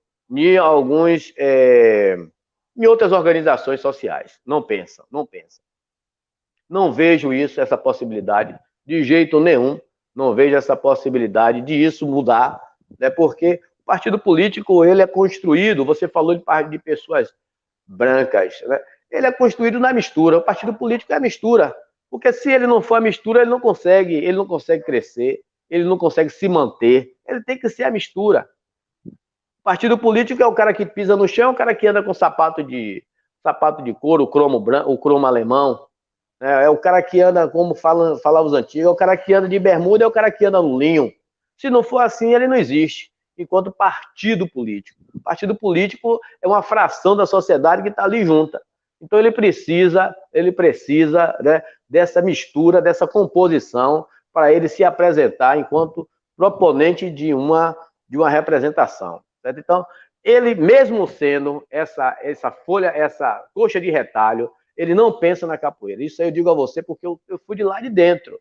Eu fui de lá de dentro e eu não estou falando com vocês, né, de forma superficial, não. Eu fui militante, mas também eu fui da alta política. Eu fui o cara que estava lá dentro para discutir as coisas. Só que muitas coisas que eu discordava, que eu tinha que bater de frente lá, eu tive repercussão negativa. Eu sofri retaliações. Não só dentro de partido político, como de central sindical também. Eu estava lá dentro, eu estava na mesa discutindo com o presidente, com os presidentes de nível nacional, de nível estadual. Eu estava lá junto com os caras. E eu digo a você, com toda certeza, não pensa na capoeira. A capoeira é só um componente, é só um segmento dentro de todos esses elementos que compõem a nossa sociedade. Não sei se respondi sua pergunta. Perfeitamente, mestre, perfeitamente. O Najazin, que fez aquela pergunta sobre a sua linhagem, né, da capoeira, ele traz aqui uma outra questão, antes da gente encaminhar para finalizar, que é essa. Muitos mestres antigos que foram muito explorados, eu acho que ele está falando dessa questão da política também, né, acabam sua vida na miséria. O que fazer para mudar esse cenário? Rapaz, volta a questão da organização, certo? A gente tem que discutir as necessidades para depois a gente trazer as propostas para resolver essas dificuldades, entendeu? A gente precisa identificar as dificuldades e encontrar, né, a solução para isso aí. Tem que organizar, né? Mas é um processo de discussão, de debate e mobilização. Né? Mestre Pastinha morreu em dificuldade? Morreu. Mestre Bimba morreu na dificuldade, certo? Mas hoje você já vê uma outra realidade dos mestres. Eu tenho um amigo mestre que ele é rico, ele tem 3 hotéis. Eu tenho um amigo mestre que tem 3 pousadas na região do litoral do extremo sul da Bahia. Eu tenho um amigo que ele tem supermercado, que é mestre de capoeira. Tenho um amigo que ele tem frota de carro. Né? Não, e embora a minha empresa ela não foi montada com o dinheiro da capoeira, eu sempre tive um trabalho paralelo, né? Eu trabalhava em outras atividades, trabalhava na indústria e tal, essa coisa toda, e também fazia capoeira, né? O recurso, meu recurso financeiro, ele não provém da arte, da capoeira, mas muita gente fez isso, que eu acho que isso é interessante, mas isso aí são ações individuais. A gente tem que começar a pensar coletivamente. E pelo número de pessoas que praticam capoeira hoje, eu acho que isso já é uma coisa palpável, uma coisa possível. Até porque não só pelos praticantes, mas pelos admiradores também. E o nível intelectual do capoeirista também. Hoje você tem capoeirista que é mestre da academia, né? Eu falo da universidade, que é doutor, né, na universidade. Muitos alunos universitários, 90% dos meus alunos são universitários. 90% dos meus alunos são universitários, ou estudando ou formando. Até os meus alunos do exterior, da Europa, eles também têm nível superior. Então, hoje a gente tem uma qualidade intelectual dentro da capoeira que já proporciona isso. Mas o que tem que ser eliminado ou reduzido é o ego, é o individualismo. Acredito, não vamos imaginar talvez o egocentrismo. É isso que tem que ser, né, mudado, né? E isso é um trabalho de conscientização política, né? Que isso, inclusive, diga-se de passagem, não é um problema específico da capoeira. Isso é um problema da sociedade brasileira, né? Isso é muito fácil de provar. O cara toma uma queda de moto na rua, não é todo mundo que vai lá ajudar o cara para pegar na mão dele, para levantar. O cara está sendo assaltado, né? Eu vou dar aqui um exemplo do americano, né? Eu acho interessante aí. É muito fácil a gente ver isso. Teve o problema do americano que foi esmagado lá, o policial botou o joelho no pescoço dele e matou ele, né? Olha o movimento que houve nos Estados Unidos. Agora veja aqui no Brasil quantos negros morrem por semana, talvez por dia, na mesma condição e ninguém faz nada. Ninguém se movimenta, pô. Existe uma falta de solidariedade, uma falta de preocupação com o outro. É muita conversa, né, de algumas pessoas, muita bandeira levantada, mas na hora de amarrar o chocalho no rabo do gato, pouca gente tem coragem. Essa aí é a questão. Perfeito, mas perfeito. Tem a questão aqui da Ana Paula. Mestre, na sua visão, qual o maior aprendizado do legado de Besouro presente na capoeira que nós, que somos mais novos, devemos priorizar do legado do Besouro? Para Besouro, ele morreu porque ele se preocupava com o outro. Então, Besouro, talvez por isso meu discurso seja tão forte nesse sentido. Besouro era um cara que ele não poderia ver uma injustiça, que ele não poderia ver uma criança sendo maltratada, uma mulher sendo maltratada, um velho sendo maltratado, um trabalhador não recebendo o seu salário. Então, todas as histórias de Besouro, você vai ver que tem esse viés. Ele estava se preocupando com o outro. E com isso ele criou muitos inimigos. E esses inimigos foi que fizeram armadilha para ele. Ele veio até... Vou aqui rapidamente contar a história de Besouro, né? Ele criou problema, ele teve briga lá com o Barão de Cajaíba, porque o Barão de Cajaíba, ele tinha a mania, o hábito de contratar as pessoas e não pagar. Besouro foi lá, simulou uma contratação, trabalhou para ele. Quando ele foi receber o dinheiro, o Barão de Cajaíba mandou matar ele, ele quebrou o Barão de Cajaíba no pau e o capataz dele. Arrancou o cordão de ouro do Barão e botou no pescoço. Por isso que é Besouro Mangangá, vira Besouro Cordão de Ouro, porque ele passou a usar o cordão de ouro que ele arrancou do Barão de Cajaíba para ser o pagamento dele. A outra situação, Besouro vai na fazenda, na usina São Caetano. Não, na usina São José. E aí, quando ele vai receber o pagamento, porque o dono da usina não pagava ninguém, disse que quebrou para São Caetano, né? Ele trabalhou na São José, foi receber o pagamento na São José, o cara virou e disse que o pagamento tinha quebrado para São Caetano, ele quebrou todo mundo lá, ou seja, de novo ele fazendo papel de sindicato. Teve uma outra situação que Besouro estava andando aqui na feira de Santa Amaro e tinha um balaio, né, de amendoim, e ele meteu a mão para pegar um punhado de amendoim. O dono da barraca foi e segurou na mão dele. Ele aí pegou, disse o que é. Ele disse, para você comer, você tem que pagar. Ele prontamente largou o punhado de amendoim lá e seguiu o caminho dele. Aí alguém chegou pro dono da barraca e disse, mas rapaz, como é que você faz isso? Ali é Besouro Mangangá. O dono da barraca saiu correndo atrás dele e disse, pô, seu Besouro, me desculpe, toma aqui o amendoim, pegue quanto o senhor quiser. Não. Não vou pegar nada, respondeu o besouro. Isso aí é seu, você está certo, para eu comer eu tenho que pagar. Ou seja, o senso dele de responsabilidade e a coerência dele com relação ao que é meu e o que é o seu. Esse exemplo para a gente, né? Um exemplo de pessoa correta. Só que a única ferramenta que ele tinha era a capoeira, era a luta. Tem outras maneiras de lutar. E a gente precisa entender isso. Eu tenho que me preocupar com o outro, mas ser também correto. Agir corretamente. Acho que esse é o grande legado, é a grande história de Besouro, é essa. É a retidão dele com relação à postura e o comportamento. Perfeito, mestre. Muito obrigado mesmo pelas considerações. E aqui também tem a contribuição do Eric Vasconcelos. Se o senhor quiser, também o senhor pode pontuar. Não chega a ser uma pergunta, mas ele coloca assim: tem grupos de capoeira aqui no Rio de Janeiro que estão exigindo escolaridade dos capoeiristas. Acho legal, incentiva a pessoa. Aí ele complementa, exigindo no sentido de incentivar a pessoa a estudar. O senhor quer comentar o que o senhor acha dessa escolaridade de capoeira? Né? Não sei se eu entendi que é como se fosse um currículo prévio de já ser participante. Olha, eu estimulo meu aluno a estudar, entendeu? Eu estimulo meus alunos a estudarem, mas se meu aluno ele entendeu ou não quiser estudar, não vai ser isso que vai impedir ele de ser um mestre, um professor, um contramestre. Não vai impedir. Porque ele vai ter que encontrar, dentro do processo da capoeira, uma maneira dele ser útil para o grupo, ser útil para a academia, dele ser útil para a própria capoeira, dele ser útil para a sociedade. Não é porque ele é um advogado, porque ele é um professor de educação física, porque ele é um pedagogo, que ele está, né, sendo 100% para a capoeira ou para a cultura. Não, ele tem outras maneiras, pode ser um até artesão, ele pode ser diversas outras coisas dentro da academia ou dentro do grupo, que ele venha ter uma contribuição importante também.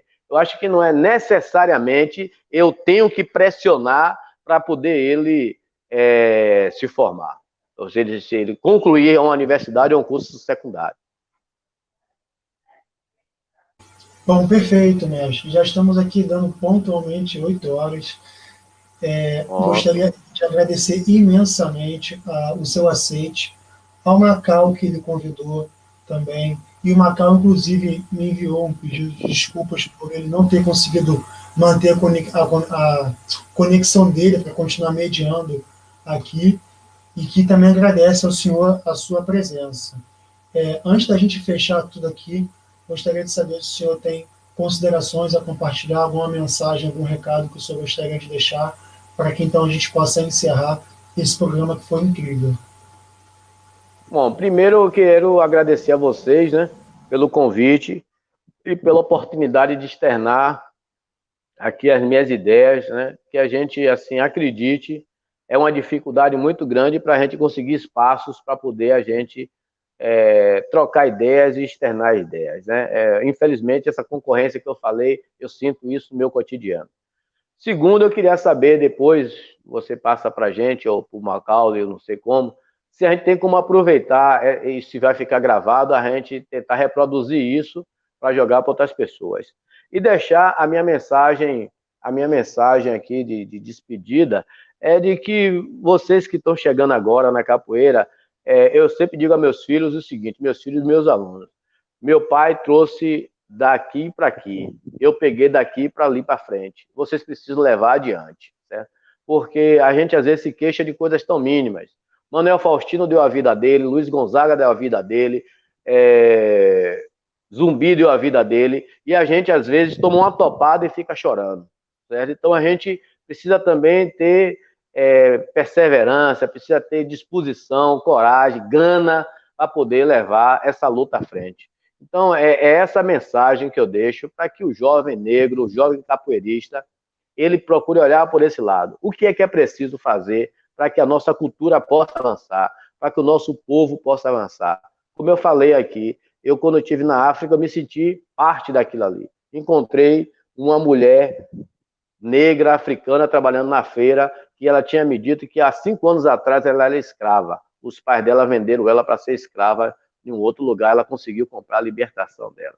Então, aquilo me comoveu muito, porque isso é a vida, que a gente pensa que não existe mais, mas existe. Aqui no Brasil também tem trabalho escravo. Então, a gente que estudou ou que estuda, a gente tem como ajudar a reverter o quadro, mas a gente precisa ter coragem, se expor. Então, minha mensagem final é essa aí. Muito obrigado. Muito obrigado, mestre. Melhor fechamento impossível, que é uma convocação à proposição, à responsabilidade e à continuidade, né? Nada mais africano do que a responsabilidade em continuar aquilo que começaram os que nos antecederam.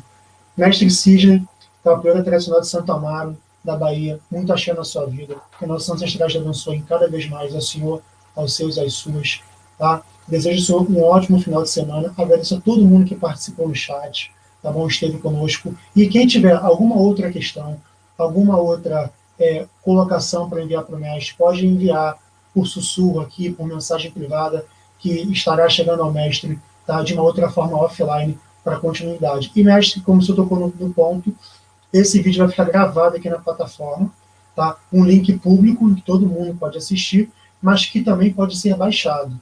Vou falar com o Miu ou com o Macau para que disponibilizem as duas formas para o senhor, tanto o link quanto também a forma do download para poder, se quiser upar ou querer colocar em uma outra plataforma, o senhor poder ter a liberdade de fazer isso, tudo bem? Tá bom, valeu. Mais uma vez, um abraço, tudo de bom. Abraço, Galera, obrigado, irmão. Ficamos por aqui, tá? Tchau, tchau. Valeu, tchau.